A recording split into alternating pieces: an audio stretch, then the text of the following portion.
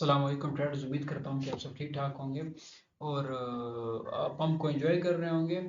अच्छा, काफ़ी दोस्तों के मैसेजेस आए थे कि भाई बिटकॉइन तो पंप हो रहा है लेकिन ऑल्ट्स हमारे नहीं निकल रहे।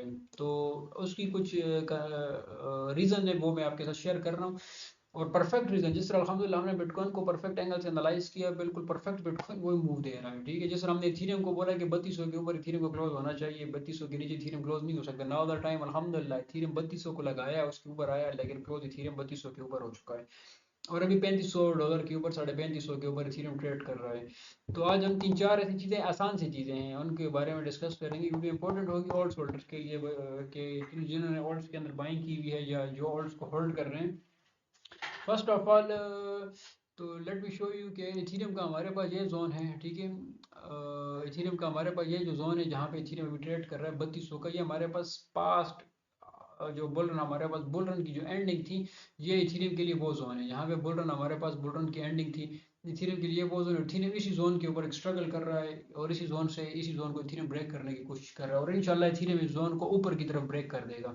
ये बात कंफर्म है। अब ये बात इतनी 100% कंफर्म है, ये बात किस एंगल से कह सकता हूँ, यहाँ पे तो सिर्फ चार्ट है। अब चार्ट के थ्रू तो मुझे ये पता नहीं चल रहा कि क्या इथेरियम जोन को ब्रेक करेगा नहीं करेगा। तो उसके लिए एक आसान से दो चार चीज़ें जो मैं आपके साथ शेयर कर देता हूँ, हर एक बंदे की समझ में आ जाएगा, जिसके ऊपर पूरी की पूरी मार्केट ट्रेड करती है। फॉर एग्जांपल हम टोटल को देखें। टोटल अब क्या चीज़ है? Total crypto market.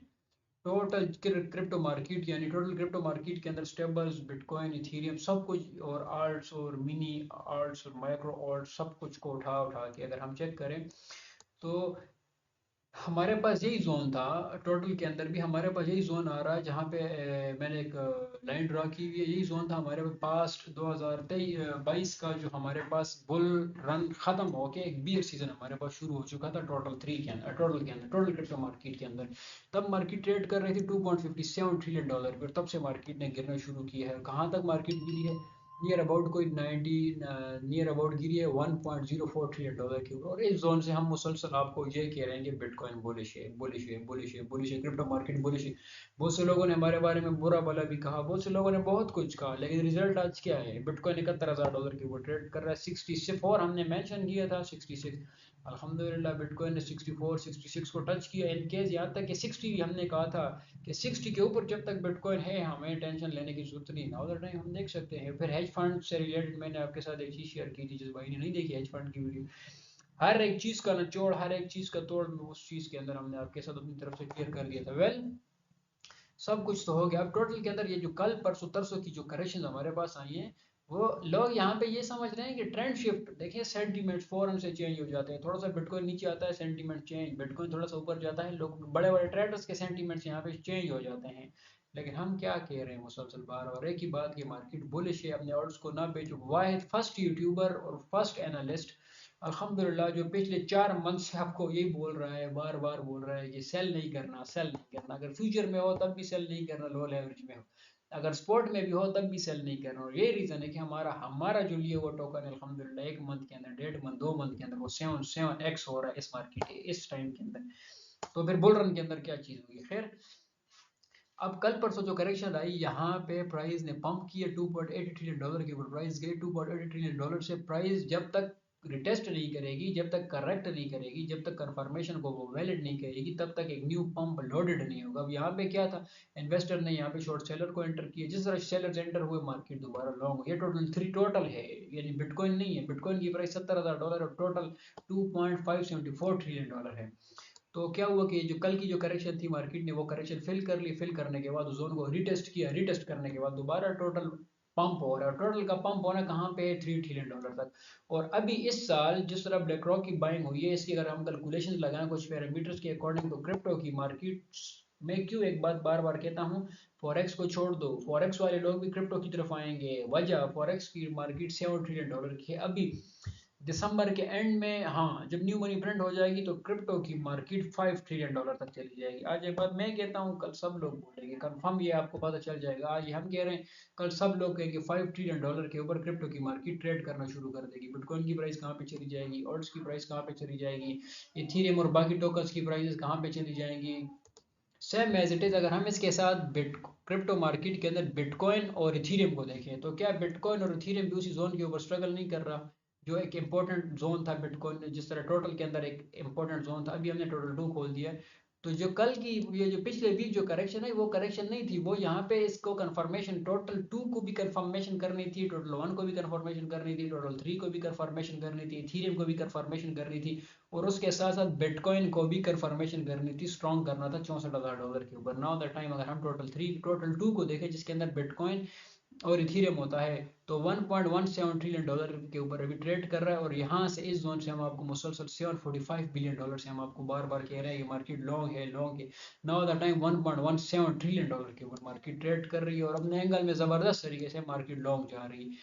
अब क्या किया प्राइस ने, जोन को टेस्ट किया, टेस्ट करने के बाद प्राइस दोबारा अपना एक न्यू हाई क्रिएट करने के लिए जा रही है, यानी इस लेफ्ट साइड के स्ट्रक्चर को इनवैलिडेट करने और एक न्यू हाई क्रिएट करने के लिए प्राइस दोबारा अभी यहाँ पे ऊपर की तरफ जा रही है। टोटल 2 भी हो गया, टोटल 3 भी हो गया हमारे पास, और सॉरी टोटल 3 नहीं हुआ, टोटल 2 हो गया हमारे पास। अगर हम चलते हैं टोटल 3 को देखते हैं, आसान सी चीज़ें हैं, यानी इसके अंदर कोई इतनी फिल्म नहीं है, कोई इतना रॉकेट साइंस नहीं है, ये इस टाइप के अंदाज से हर बंदा कर सकता है ऑफ कोर्स।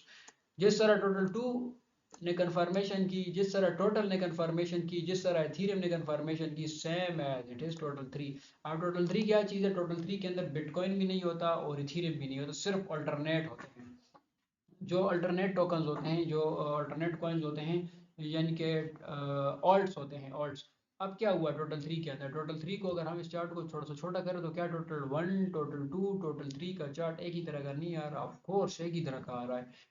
यहाँ ये एक लेफ्ट साइड का स्ट्रक्चर था पास्ट का, हमारे पास एक बुल रन जब खत्म हुआ था, तो उसके बाद मार्केट ने क्या किया, कल परसों एक करेक्शन की, अपने डिमांड को कंफर्म किया, ये सप्लाई को शिफ्ट किया डिमांड के अंदर। अब डिमांड है मार्केट के अंदर, सप्लाई डिमांड है मार्केट के अंदर, तो प्राइस ऊपर जाएगी ऑफ कोर्स। प्राइस ने जब डिमांड को कंफर्म कर दिया, अब एसएमसी के ऊपर जो ट्रेड करते हैं वो एक लाइन खींच लेते हैं कि ये डिमांड है, ये एक लाइन खींच देते हैं कि ये एक सप्लाई है, बल्कि गेम इसके बरक से, ये डिमांड सप्लाई नहीं है, demand and supply market cap के ऊपर होती है।